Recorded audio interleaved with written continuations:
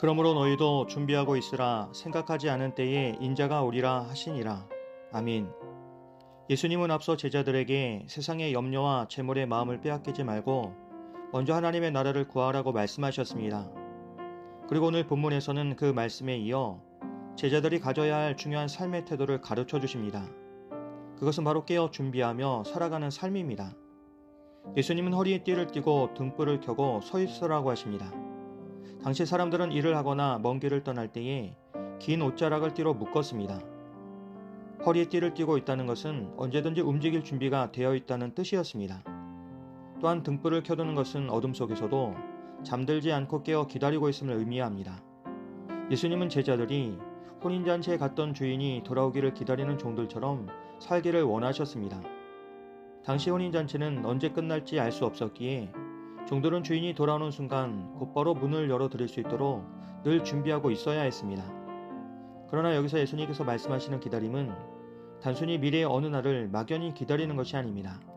그것은 오늘을 살아가는 신앙의 태도입니다. 신앙은 과거에 받은 은혜를 기억하는 데서 멈추지 않고 다시 오실 주님을 바라보며 현재를 살아가는 것입니다. 하지만 우리는 종종 이 기다림을 잊어버립니다. 바쁜 일상 속에서 신앙이 습관이 되고 주님을 향한 기대와 긴장이 점점 약해질 때가 있습니다. 마치 주님이 오시지 않을 것처럼 살아갈 때도 있습니다.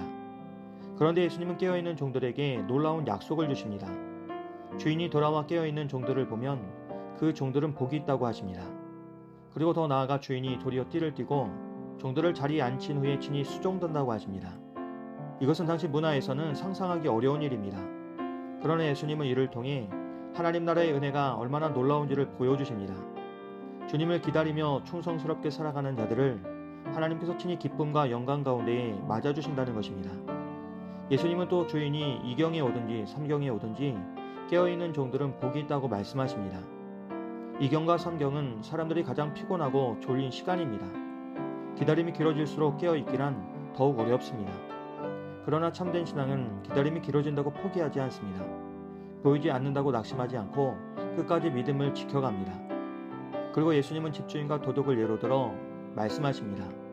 도둑은 예상하지 못한 때에 찾아오기에 집주인은 대비해야 합니다. 마찬가지로 인자도 사람들이 생각하지 않을 때에 오실 것입니다. 그러므로 준비된 사람은 특별한 날에만 경건하게 사는 사람이 아니라 매일의 삶을 하나님 앞에서 살아가는 사람입니다. 예수님의 이 말씀이 끝나자 베드로가 이 비유를 우리에게 하시는 말씀인지 아니면 모든 사람에게 하시는 말씀인지를 예수님께 묻습니다. 그러자 예수님은 직접 대답하지 않으시고 지혜롭고 진실한 청지기를 예로 드십니다. 청지기는 주인을 대신하여 집안의 일을 맡아 관리하는 사람입니다. 그는 자기 뜻이 아니라 주인의 뜻에 따라 맡겨진 일을 수행해야 합니다. 예수님은 때를 따라 양식을 나눠줄 충성된 청지기가 누구냐고 물으시며 주인이 돌아왔을 때 맡겨진 일을 성실하게 감당하고 있는 종은 복이 있다고 하십니다. 그리고 주인은 그런 종에게 더 큰 책임과 신뢰를 맡기며 모든 소유를 그에게 맡긴다고 하십니다. 여기서 예수님은 하나님 나라의 백성이 가져야 할 또 하나의 태도를 가르치십니다. 그것은 충성입니다. 깨어있음이 주님을 기다리는 자세라면 충성은 그 기다림의 시간 동안 맡겨진 일을 성실하게 감당하는 삶의 모습입니다. 반대로 악한 종은 주인이 더디 온다고 생각합니다. 그리고 그 생각이 그의 삶을 무너뜨립니다. 그는 맡겨진 권한을 남용하고 다른 종들을 함부로 대하며 자기 욕망대로 살아갑니다. 예수님은 그 종의 주인이 생각하지 않는 날, 알지 못하는 시각에 돌아와 그를 심판할 것이라고 말씀하십니다. 이는 하나님께서 우리의 삶을 보고 계시며 맡기신 것에 대한 책임을 물으신다는 사실을 보여줍니다. 그리고 마지막으로 예수님은 주인의 뜻을 알고도 준비하지 아니하고 그 뜻대로 행하지 아니하는 종은 많이 맞을 것이고 알지 못하고 맞을 일을 행한 종은 적게 맞을 것이라고 말씀하십니다. 하나님께서는 각 사람에게 맡겨진 만큼 책임을 요구하십니다. 특별히 말씀을 들었고 복음을 알며 하나님의 은혜를 경험한 사람에게는 그만큼 더 큰 책임이 따릅니다. 그래서 예수님은 무릇 많이 받은 자에게는 많이 요구할 것이고 많이 맡은 자에게는 많이 달라 할 것이라고 결론 지으십니다. 생각해보면 우리는 이미 많은 것을 받은 사람들입니다.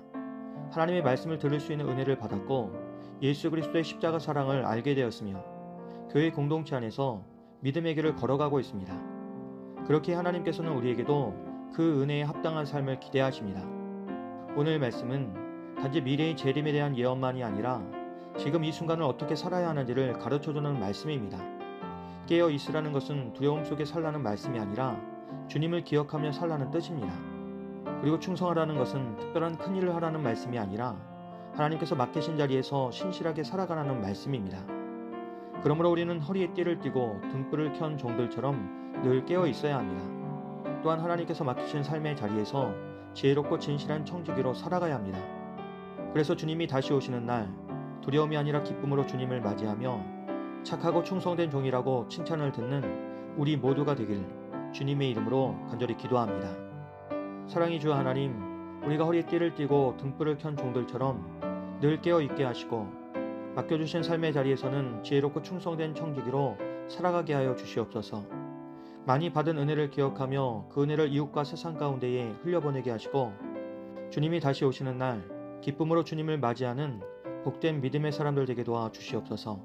예수님의 이름으로 기도합니다. 아멘.